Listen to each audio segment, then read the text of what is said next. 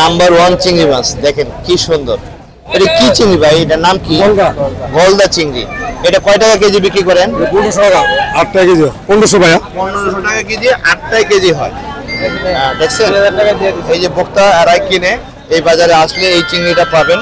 মানে এটা কি একদম সেল রেট?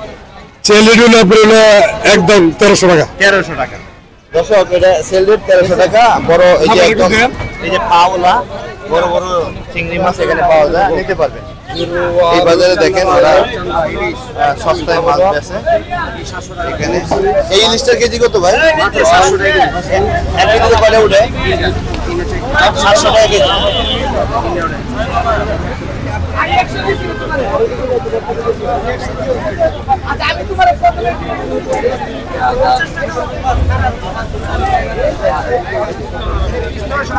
বাচ্চা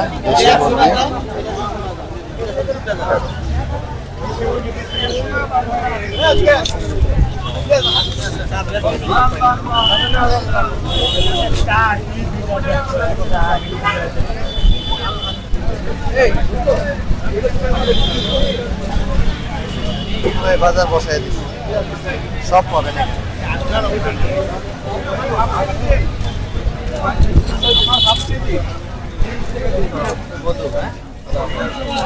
আপনার কাছে কি সরাসরি চাকের মতো পাওয়া যায়? সরাসরি ডাইরেক্ট সরাসরি চাকশকের মধ্যে আমি নিয়ে আসি। কিন্তু এই মুহূর্তে আমার কাছে চাক নাই, শেষ হয়ে গেছে।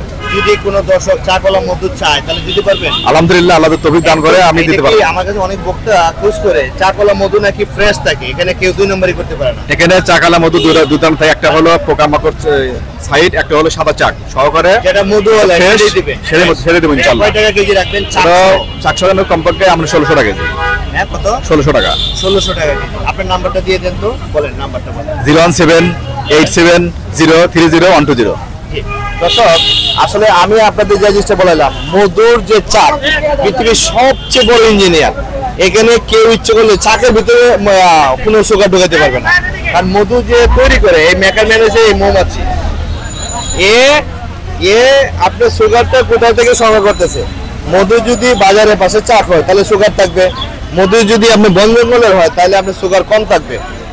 কারণ চিনিটা যে সংগ্রহ করে এই মৌমাছি, দেখতে হবে সে কোন জায়গা থেকে পাইতেছে। এই যে দেখেন, সে এখান থেকে মধু সংগ্রহ করে নিয়ে চাকে দিবে। এখন চিনির দোকানে যদি সে বসে তাহলে চিনি পাবে, আর ফুলের মধ্যে বসলে ফুলের মধ্যে সুগার পাবে। এই জন্য আপনার মধুটা দেখতে হবে এই চাকটা কোথায় তৈরি হয়েছে, বাজারের পাশে, বাজারের ভিতরে, নাকি এটা বন জঙ্গলে, নাকি হাওড় বাউরে। হাওড় বাউরে হলে আপনি নিশ্চিত দেখেন মধু ফ্রেশ পাবেন, কারণ তখন ওইখানে চিনি পাবে না। আর যদি বাজারের পাশে চাক হয়, হ্যাঁ মহল্লায় চাক হয়, তাহলে কিন্তু সে মিষ্টির দোকান থেকে প্রচুর শিরা সে নিবে। এই ভাই গণভবনের পাশে যে বাজারটা, এখানে মধুগুলো বিক্রি করে।